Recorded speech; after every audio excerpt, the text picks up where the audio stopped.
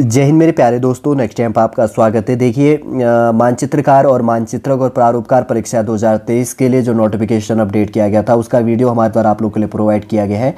तो उसके अंतर्गत आपका एग्ज़ाम सिलेबस क्या होगा, अब अगर आप इसके लिए एलिजिबल हैं तो उसके बाद में आपको अब सिलेबस का कन्फ्यूजन होगा, तो वो सिलेबस सॉल्यूट रूप से मैं इस वीडियो के अंतर्गत आप लोग के लिए दूर करने की कोशिश करूंगा। इससे पहले हम आगे बढ़े, यदि आपके द्वारा हमारे इस चैनल नेक्स्ट टाइम को सब्सक्राइब नहीं किया तो सब्सक्राइब कीजिएगा तथा बेल आइकन को प्रेस कीजिए ताकि जो भी कंटेंट, जो भी इन्फॉर्मेशन हमारे द्वारा आप लोग के लिए प्रोवाइड किया जाता है तो उसका नोटिफिकेशन आपके पास टाइम पर उपलब्ध हो जाएगा। देखिए, मानचित्रकार हो गया, मानचित्रक हो गया, प्रारूपकार हो गया, परीक्षा 2023 के लिए जो यहाँ पर लिखित परीक्षा होनी है, तो जो आपका प्रश्न पत्र फर्स्ट है तो इसके अंतर्गत जो फर्स्ट पेपर होगा तो यहाँ पर आपको पूछा जाएगा सामान्य हिंदी, सामान्य गणित एवं सामान्य अध्ययन के 150 क्वेश्चन पूछे जाएंगे। 150 क्वेश्चन, 150 150 मार्क्स का 2 घंटे के अंतर्गत आपको सॉल्व करना है। दूसरा क्वेश्चन होगा आपका विषय परक जानकारी, जो आपका सब्जेक्टिव बेस के अंतर्गत पे होगा, सिविल जूलॉजी एटसेट्रा इसके अंतर्गत क्वालिफिकेशन मांगी गई है। तो 100 क्वेश्चन पूछे जाएंगे, 100 मार्क्स का, 100 क्वेश्चन 100 मार्क्स का, टोटल 250 क्वेश्चन 250 मार्क्स का टोटल इंक्लूड हो गया। पेपर फर्स्ट, पेपर सेकंड 2 घंटे के अंतर्गत पे पेपर सेकंड भी आपको सॉल्व करना है। देखिए, माइनस मार्किंग दी जाएगी, जैसे कि यहाँ पर लिखा गया है कि उक्त वस्तुनिष्ठ प्रकृति की परीक्षा में ऋणात्मक मूल्यांकन निगेटिव मार्किंग पद्धति अपनाई जाएगी। अभ्यर्थी द्वारा प्रत्येक प्रश्न के लिए दिए गए गलत उत्तर के लिए या अभ्यर्थी द्वारा एक ही प्रश्न के एक से अधिक उत्तर देने के लिए क्या होगा, इसके अंतर्गत पर निर्धारित अंकों का 1/4 मार्क्स, इसके अंतर्गत पर 1/4 मार्क्स आपका काटा जाएगा। देखिए, सबसे पहले बात करें तो जो हिंदी के अंतर्गत पे क्वेश्चन इंक्लूड होना है, जो पेपर फर्स्ट है, जैसे हमने बात करी ना, पेपर फर्स्ट के अंतर्गत आपको सामान्य हिंदी, सामान्य गणित और सामान्य अध्ययन पूछा जाएगा। तो सबसे पहले जैसे सामान्य हिंदी की बात करें तो यहाँ पे कितना पूछा जाएगा, 30 क्वेश्चन, 30 मार्क्स के 30 क्वेश्चन पूछे जाएंगे। 150 में से 30 क्वेश्चन क्या होंगी, हिंदी का होगा, ये चीज़ भी ध्यान रखना। जिसके अंतर्गत पर आपको वर्ण विचार से पूछा जाएगा, शब्द विचार से पूछा जाएगा। दूसरा टॉपिक है, थर्ड है शब्द ज्ञान के अंतर्गत पे। चौथे नंबर की बात करें तो शब्द भेद एवं शब्द संबंध बेस में। 5 नंबर की बात करें तो अशुद्धि शोधन हो गया। 6 नंबर की बात करें तो वाक्यांश एवं वाक्य से आपके लिए क्वेश्चन पूछा जाएगा। देखिए, 150 क्वेश्चनों में से 30 क्वेश्चन हिंदी के पूछे जाएंगे। 6 टॉपिक है, जिसके अंतर्गत पे लगभग ये मान के चलो कि पर टॉपिक से 5 क्वेश्चन आपके लिए इंक्लूड एग्जामिनर करेगा। 6 पंचे 30 हो गया, ठीक है, पर क्वेश्चन पर मार्क्स का मैंने इतना आपके लिए क्लियर कर दिया है। अब देखिए, 30 क्वेश्चन तो हो गया, अब कितना बचा, 120, ठीक है। 120 में से अब बात करें तो आपके लिए मैथ्स से 40 क्वेश्चन पूछा जाएगा। अगर बात करें तो 120 में से 40 क्वेश्चन करोगे तो 80 क्वेश्चन अब बच रहे। तो जो आपके लिए 40 क्वेश्चन है इंक्लूड हो गया 120 में से। तो 40 क्वेश्चनों के अंतर्गत पे संख्या प्रणाली, वास्तविक संख्या होगी, द्विआधारिक जो संख्या पद्धति हो गया, बहुपदों के अंतर्गत पे 2 चर वाले रैखिक समीकरण हो गया, द्विघात समीकरण हो गया, समानांतर श्रेणियां हो गया, निर्देशांक ज्यामिति हो गया और यूक्लिड ज्यामिति हो गया, त्रिभुज चतुर्भुज, वृत्त का क्षेत्रफल, सतह क्षेत्रफल एवं आयतन हो गया, त्रिकोणमिति एवं इसके अनुप्रयोग, सांख्यिकी एवं प्रायिकता से आपको प्रायिकता से आपके क्या किए जाएंगे, 40 क्वेश्चन पूछे जाएंगे 40 मार्क्स का। अब बचा इसके अंतर्गत पर थर्ड हो गया, ये इंग्लिश पे दिया गया है, ठीक है, मैं हिंदी पे बता देता हूँ नहीं तो वीडियो लेंदी हो जाएगा। और अब बचे 80 क्वेश्चन। तो देखिए, जैसे हमने बात करी ना कि 30 क्वेश्चन हिंदी के हो गए, 40 क्वेश्चन मैथ्स के हो गए, अब 80 क्वेश्चन हो गए। 80 मार्क्स बेस के अंतर्गत पर आपको जीएस इंक्लूड करेगा। सबसे पहले टॉपिक है सामान्य विज्ञान एवं कंप्यूटर विज्ञान की आधारभूत जानकारी। अभी देखता हूँ कि कितने टॉपिक हैं, फिर मैं बताऊंगा कि कितने क्वेश्चन आपको एवरेज एक टॉपिक से पूछ सकता है, ठीक है।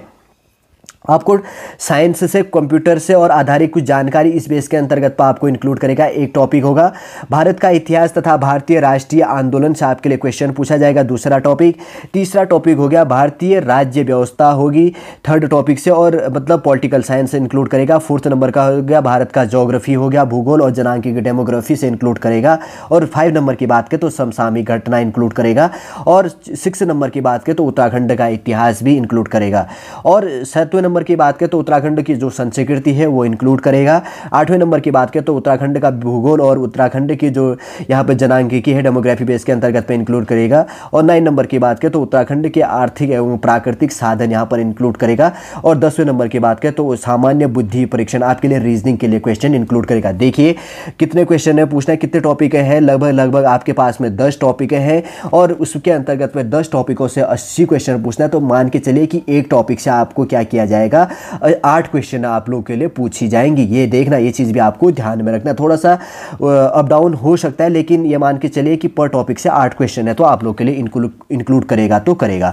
अगर कुछ ऐसा हो गया तो थोड़ा सा और चीज़ों में क्वेश्चन घटा देगा, उत्तराखंड जीएस बेस में आपके लिए टॉपिक है यहाँ पर बढ़ा देगा। ठीक है, अब देखिए पेपर फर्स्ट के लिए तो हमने बात कर ली, जो इसके अंतर्गत पे हिंदी पूछना है, जीएस को इंक्लूड कर रहा है और उसके अंतर्गत पे मैथ्स इंक्लूड कर रहा है। 150 क्वेश्चन 150 मार्क्स के अंतर्गत तो 2 घंटे के अंतर्गत पे कैसे सॉल्व करनी, क्या क्वेश्चन पूछेगा, पर टॉपिक से कितनी क्वेश्चन पूछ सकता है, ये हमने बात कर ली। अब देखिए दूसरा हो गया टॉपिक यहाँ पर आपके लिए अधिकतम अंक हो गया 100 और यहाँ पर प्रश्नों की संख्या कितनी होगी, 100 होगी। अब अभी अनुमान लगाएंगे कि कितने टॉपिक दिए गए हैं, पर टॉपिक से कितने क्वेश्चन यहाँ पर पूछ सकता है। यदि आपका ये ऑप्शनल अपना सब्जेक्ट है तो आप जान सकते हैं, मैं शॉर्टली रूप से यहाँ पर भी डिस्कस करूंगा, ज़्यादा यहाँ पर वीडियो नहीं बढ़ाऊंगा।